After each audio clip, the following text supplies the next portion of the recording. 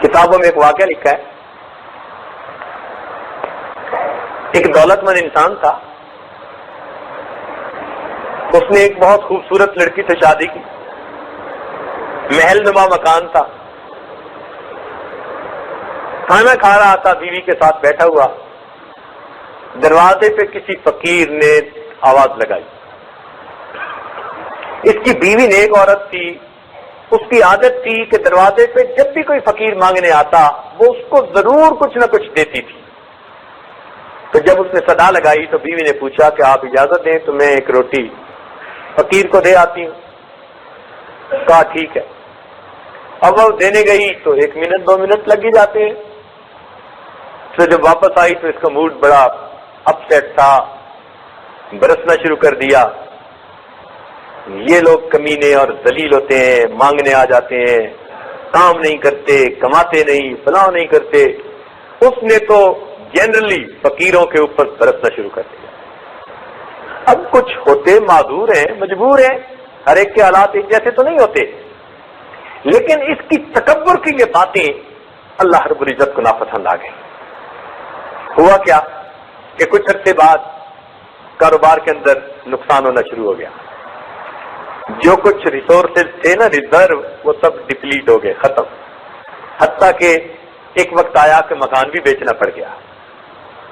پھر ایک وہ وقت آیا کہ یہ اپنی بیوی کو بھی سپورٹ نہیں کر سکتا تھا۔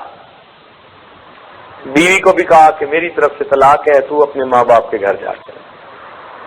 اتنے حالات برے ہوئے، لڑکی ماں باپ کے گھر آ گئی، 1 سال اپنے اس گھر پہ رہی، خوبصورت تھی، خوبصیرت تھی۔ 1 سال کے بعد پھر اس کے رشتے کا پیغام آیا، ماں باپ نے رشتہ کر دیا۔ جب رشتہ کر دیا تو اس کو جو دوسرا خاوند ملا اس کا بھی بڑا مکان اور بڑا کاروبار، تو یہ اسی طرح خاوند کے ساتھ بیٹھی کھانا کھا رہی تھی۔ اللہ تعالیٰ کی شان کے دروازے پہ کسی فقیر نے صدا لگائی، اللہ کے نام سے۔ تو اس کی چونکہ عادت تھی کہ یہ دیا کرتی تھی ضرور اللہ تعالیٰ کے نام پہ، اس نے پھر کہا جی میں دے آؤں۔ اس نے کہا دے آؤ۔ یہ گئی دینے کے لیے، جب اس نے دروازہ کھولا اور فقیر کو روٹی دینے لگی تو اس نے چیخ ماری، تو خاوند بھاگا۔ جب قریب گیا تو دیکھا کہ اس پر تو عجیب سی کیفیت ہے، رنگ پیلا۔ پوچھا خدا کی بندی کیا ہوا؟ کہنے لگی کہ جب فقیر کو میں روٹی دینے لگی تو میں نے دیکھا کہ یہ فقیر وہی تھا جو میرا پہلا خاوند تھا، میرے دروازے پہ بھیک مانگ رہا تھا۔ اس نے کہا اچھا تم نے مجھے پہچانا کہ میں کون ہوں؟ اس نے کہا تم کون ہو؟ کہنے لگا یاد کرو ایک وقت تھا جب تم روٹی دینے آئی تھی اور میں تمہارے دروازے پہ بھیک مانگنے کے لیے کھڑا تھا۔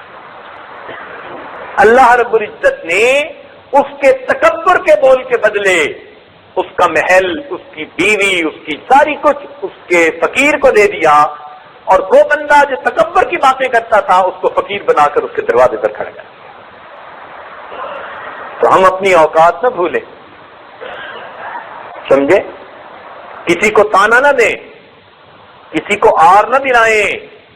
کوئی اگر مصیبت میں پھنس گیا ہے، اس کی اولاد سے کوئی غلطی ہو گئی، اس کی بیٹی سے کوتاہی ہو گئی، ہم کسی کو آر نہ دلائیں۔ ہمارے ساتھ بھی یہی معاملہ پیش آتا ہے، کسی کی پبلک انسلٹ ہو چکی ہے، ہم خوش نہ ہو، ہمارے ساتھ بھی یہ معاملہ پیش آتا ہے۔